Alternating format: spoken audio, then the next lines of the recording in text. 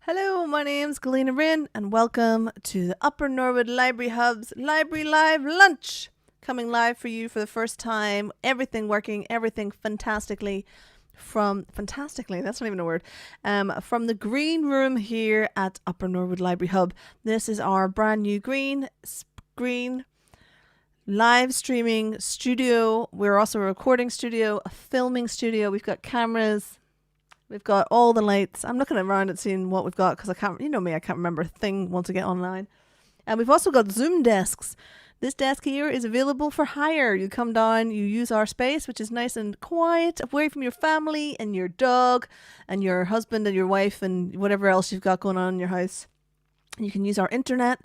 You can come and do your Zoom meeting here in peace. There you go. That's what you want in library. That's what you want from your library, right? All that jazz. We have a guest today. Her name is Rosy Emmerich, and she is a head wardrobe mistress. Hello, Rosie. Hi. Hello. So I understand that you were in the big biz of wardrobe mistressing, and most of us would not know what that is. So do you want to tell us what it is you do? It sounds much more glamorous than I think it is, but essentially, I work backstage in theatre and I help run the wardrobe department. So that can range from different shows, and it depends, what the design of something is, whether it's a musical, whether it's a straight play, and we're in charge of day to day running, keeping things washed, cleaned, and ironed, and then dressing on the show. So also helping with all of the quick changes and things like that. So yeah, it's great, and it's yeah, very much on pause at the moment. So So that's been a bit tricky, but yeah. So how did you get into that then? How does one become a wardrobe mistress? yeah. I don't know how so I came to uni, I came to London when I was 18 and I did costume making as my degree. And I'm not really sure where that interest came from, but I've always been interested in the arts and culture and theatre and, also like the history of fashion as well. So I think that's kind of quite a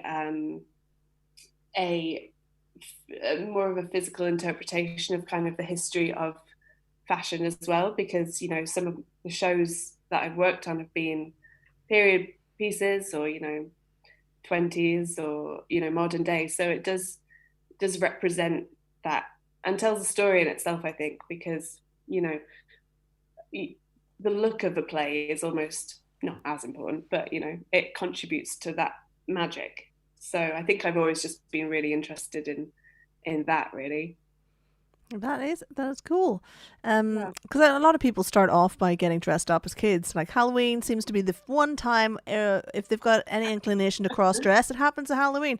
So was it something that would happen? Were you into this as a child, perhaps? I am so awful at fancy dress, and Halloween is just one of those holidays that I think it's like a nervous because everyone expects so much of me that I'm just you know I want to do a good costume. So I'm not sure if it's come from that, because actually Halloween I cop out and I just put like a cat nose and some whiskers on and that's it. But yeah, I think I've always just enjoyed the look of something, whether it's on TV or in the show or something like that. And clothes have always been an interest in, to me as well. So Yeah. So yeah. everyone's got their story of where they were when the world collapsed. It's not really true. It's not. The world has not collapsed. It's got a bit indented, perhaps. But Yeah. so what's your story? So on the 16th of March, we went into work on a Monday, and it was all, I mean, it wasn't normal. Of course, it wasn't. We had some members of the cast the previous week that had been over from Broadway in our show. I was working on Waitress in the West End, and they had been emergency flown back to the US. And so on the Monday, we were expecting to do a normal show, and there was lots of people ill, and so lots of understudies were on And then I think it was about 6:30. The show starts at 7:30. We were called down to the stage and just told, it wasn't happening. And I think the entire West End, I think, was sent home on that Monday night, without a clue of whether we would go back. How long was this going to kind of be on for? And none of us expected it to be for this long. So it was bizarre. It doesn't really feel real still. It still doesn't feel like we've had that closure either with the show. So yeah, it was just really weird. And I think we all just kind of felt like a rug had been pulled out from underneath us, which I'm sure many people, felt as well. So Yeah. I had a question that's just gone right out of my head. It's right out of my head. Yeah, I was going to ask you. So you obviously have to deal with a lot of mishaps on stage, I'd imagine. Like, because when something goes wrong, they're going to come to you first, I'm assuming. Do you have any nice, fun stories that you can share? Perhaps not mentioning any names, about your favorite thing that's gone, or maybe not your favorite thing that's gone wrong. It's comical, really. There's stories, where it really does feel like everything's over, and I've had a woman split her zip all the way from top to bottom. It's just completely opened mid-scene. She doesn't come off for another 10 minutes or something, and you just have to watch in the wings in horror, and it's just but there's nothing you can do. Or I've had instance where an actor has ripped his trousers from where his fly round the back, and I've had to sit in between his legs and sew that up mid-show because he has to go back on. And so you think that maybe it's glamorous, but it's not. Yeah. Well, if you can't fix it with gaffer tape, you're not using enough. Exactly. Isn't that right? Sometimes that's the best option because you just have to. You've got seconds. It could happen in a quick change, and you have 10 seconds as it is, and something goes wrong. And I think that you just have to just go and think and just fix it. Otherwise.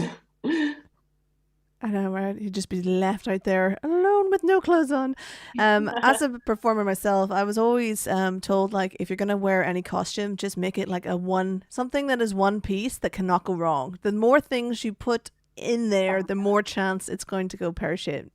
Definitely, 100%. And, some shows that I've worked on, we've hired costumes. So the costumes have come from hire houses. The National Theatre have one, and there's a place called Angels, and those costumes in themselves are old already by the time we get them. So but it's always the ones that the designers love the most, that they're the ones that are like, oh yes, that's got some character, let's put that on. And then within days it just falls apart, and that's my job too, to make it wearable. So do you create the costumes as well? So do you maybe start from like the director's? I don't know where this starts. I'm asking you a question. So how it works is you'd have your designer, and then you'd have your costume supervisor who would put together the shows, and they would source those either by buying them or hiring them or making them. So I've worked as a supervisor before, and I enjoy it because you do get that design input as well. And then it kind of drops down to what I was doing as head of wardrobe, and you take the costumes that have been prepared in advance, and when they go on to the actors, we make them work for the show. So we figure out what they're wearing when, and whether that needs to be quick changed or whether that is kind of suitable for the movement and everything that they're doing as well. And then you have the dressers who will do all the quick changes. So yeah, it varies depending on the show as to like how much I'd be involved in any kind of aspect of that as well. There's a lot of people involved in dressing the few people that are on stage. I think a lot of people forget there's a lot of backstage, a lot of completely. folks. Yeah. So this thing's happened to us. It's all happened to us. The world has all happened to us. I understand that you have been doing something else in the meantime when you have not been at work. What have you been up to? So, I came out of doing a job that I enjoyed with a skill that I thought was quite, uh, I suppose, niche. I mean, sewing and making clothes, I hadn't really been focusing on because I'd been doing more wardrobe mistressing. But I came out of this with these skills and I was like, right, okay, I can't just sit here like twiddling my thumbs for it's now been 7 months. So I decided to kind of put myself out there locally for alterations and bespoke kind of clothes making. So, people have come to me with, say, a pair of trousers that they've always had that have always been maybe a little bit too big on the waist or a little bit too long. And I've managed to kind of transfer the skills that I used in theatre, and making things work for stage, and I make things work for people, in their real life. And, the response has just been fantastic because I think people are learning that actually buying your clothes is important and getting the wear out of your clothes is important. So, we can't just live in a world of disposable, you buy so much stuff that's cheap and then you throw it away.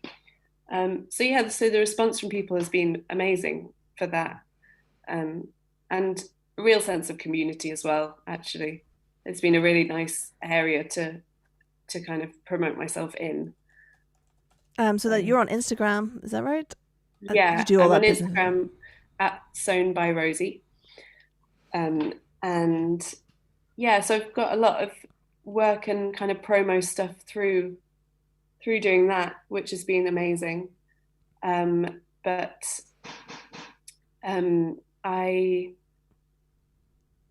so it's been a great place to put myself out there, and people have been recommending me, and I've been making face masks, all that kind of stuff, which actually has proven really useful. So that's cool. I'm just going to show your face mask stories that are on your Instagram account.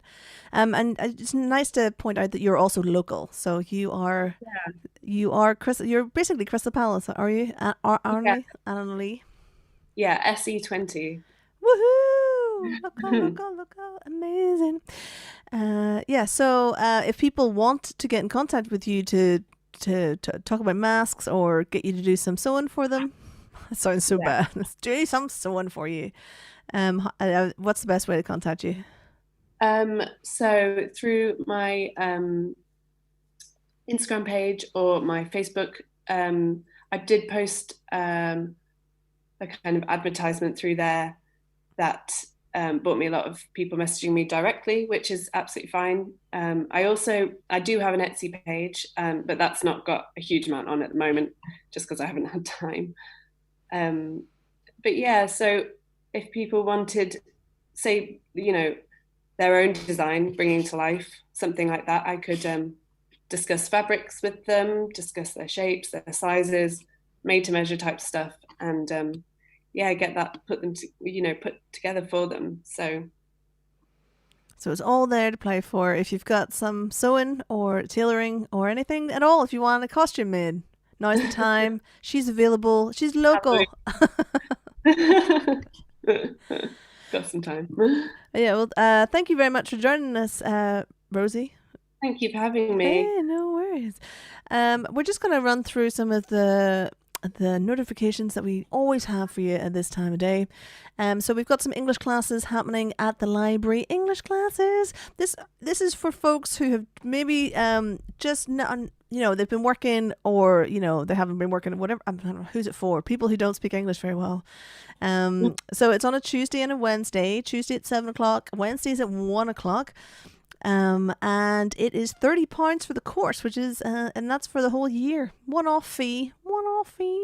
I believe they're doing it in Zoom. I think it's a Zoom class at the moment, but when things get back to normal, it will be back to normal on in person classes. What's in real life? In real life.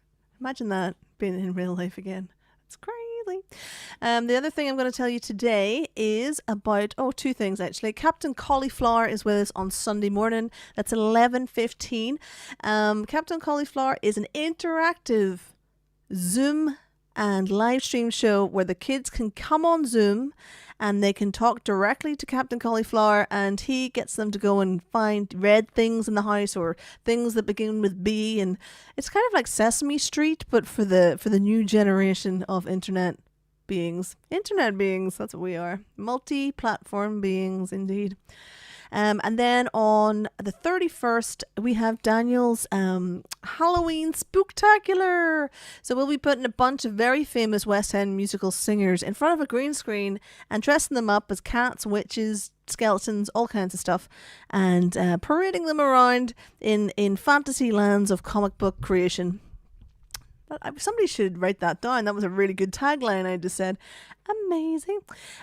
So that is on Halloween night at 6 o'clock. There's no Halloween rhyming, or that's what we called it when I was a kid. Trick-or-treating, as you might call it here. And there's none of that this year, I think. So we'll just sit down in front of our computers or TV or whatever and watch Daniel's West End musical singers. It's a free event. Donations welcome as always. And that's about it for my notifications right now. So thank you, Rosie, for joining us. It's been lovely having you. Thank you. And if anyone needs any kind of what is the word? Tailoring? What is it? Seamstressing? Yeah. Seamstressing, dressmaking, alterations. Yeah, if you need any of that, Rosie's contact is in the description. It's also in the comments, and I'd like to thank the 7 people who joined us today, because that's big numbers for our for this afternoon show. So thank you very much. Amazing.